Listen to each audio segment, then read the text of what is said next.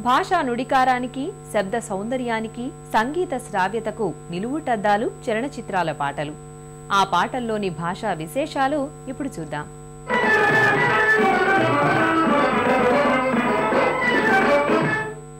తెలుగు సినీ పాటల విహారీ వేటూరి.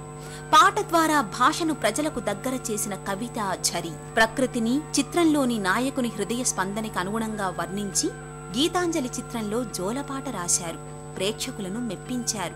తన ప్రతిభను చాటుకున్నారు. ఓ పాపా లాలి జన్మకే లాలి ప్రేమకే లాలి ఆడనా తీయగా ఓ పాపా లాలి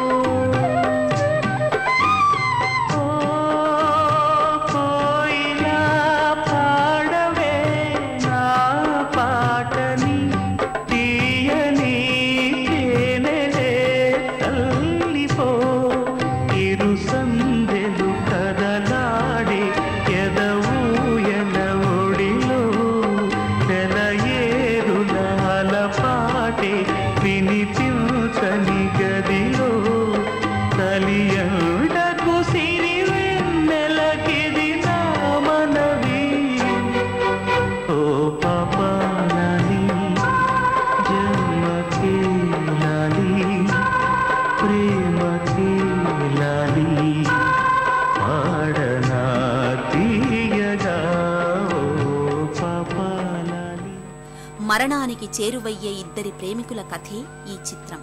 హృదయం అలసట చెంది నాయిక నిద్రపోతుంది.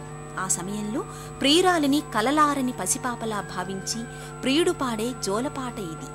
ఏమాత్రం నాయిక నిద్రకు భంగం చేయొద్దని ప్రకృతికి చెప్పడమే కాకుండా జీవితానికి సంబంధించిన తాత్వికతను తన భాషా పటిమతో అందించారు వేటూరి. అందుకే జన్మకే లాలి ప్రేమకే లాలి పాడనా అంటారు.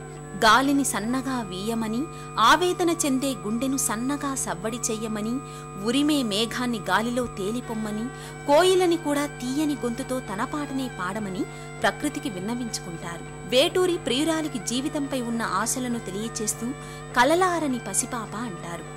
విషాదాన్ని చెప్తూ తడినీడలు అని ప్రయోగిస్తారు. జనన మరణాలను ఇరుసందెలు కదలాడే ఎదవూయలగా భావిస్తారు.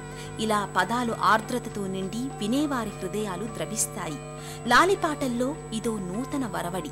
అందుకే ఈ పాట తెలుగు భాషా రత్నాలు పొదిగిన మణి. తెలుగు వెలుగులో మరో చిన్న విరామం.